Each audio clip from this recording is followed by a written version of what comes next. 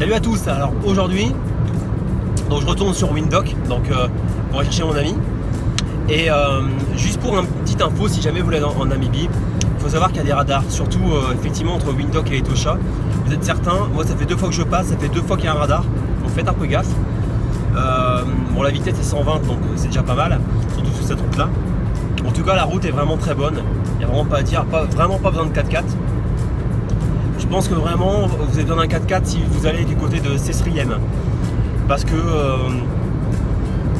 c'est vrai que pour juste aller là-bas c'est pas forcément nécessaire, mais en tout cas si vous prenez une voiture normale, roulez au maximum à 60 km/h, hein. Souvenez-vous, j'ai eu accident parce que je roulais un tout petit peu plus vite et parce que le sol est très très glissant, parce que beaucoup de cailloux.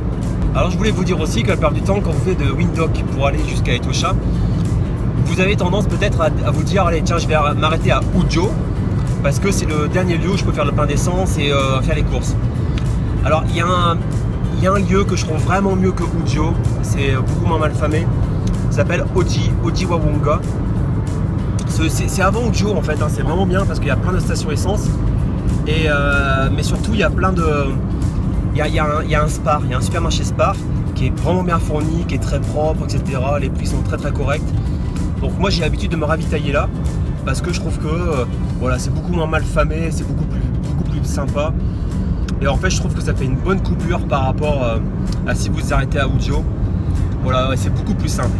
Donc voilà, si vous faites ce parcours là, arrêtez-vous à Ojiwawunga, c'est vraiment sympa, il y a tout ce qu'il faut. Et je trouve que c'est nettement plus préférable que de s'arrêter à Ujo. Alors c'est vrai qu'au niveau du parc d'Etosha, un 4x4 n'est pas nécessaire. De toute façon, il faut rouler assez doucement pour pouvoir voir les animaux. Surtout quand vous êtes en période comme moi où c'est pas encore la saison sèche, où il pleut encore, donc du coup c'est difficile de voir les animaux. Alors si vous venez dans cette période-là, c'est-à-dire comme moi, mars, avril, moi ce que je vous préconise, c'est de repérer les points d'eau, ce qui s'appelle les water holes, et simplement visiter les points d'eau. Alors c'est toujours bien le matin et en fin de journée. Par exemple hier les lions que je vous ai montré dans la vidéo d'hier, en fait ils sont arrivés vers 17h30 et en fait je suis reparti à 18h45 parce que je devais rejoindre le camp à 19h. Mais ils étaient toujours là. Donc en fait le truc c'est que quand c'est de la route comme ça où il n'y a rien, vous pouvez rouler à 50-60 km/h parce que je pense que vous n'allez pas voir grand chose. En plus si vous êtes plusieurs, ça vous permet de regarder sur les côtés, voir si vous voyez un rhino, un éléphant, une girafe ou autre. Moi sinon c'est vrai que ça vaut pas forcément le coup de rouler à 20-30 km/h comme moi je fais dans les passages où c'est un peu plus dégagé.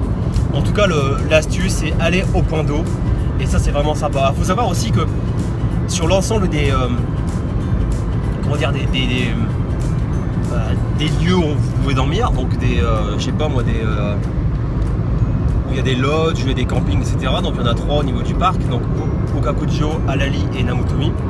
À chaque fois vous avez un point d'eau, donc vous pouvez y aller à pied, tout est sécurisé et là vous pouvez faire des photos, faire des vidéos super facilement avec le coucher du soleil et vous verrez que les levées et les couchers de soleil en Afrique c'est juste magique. Voilà, ça c'était pour les petits bons points à savoir si vous venez ici en Namibie.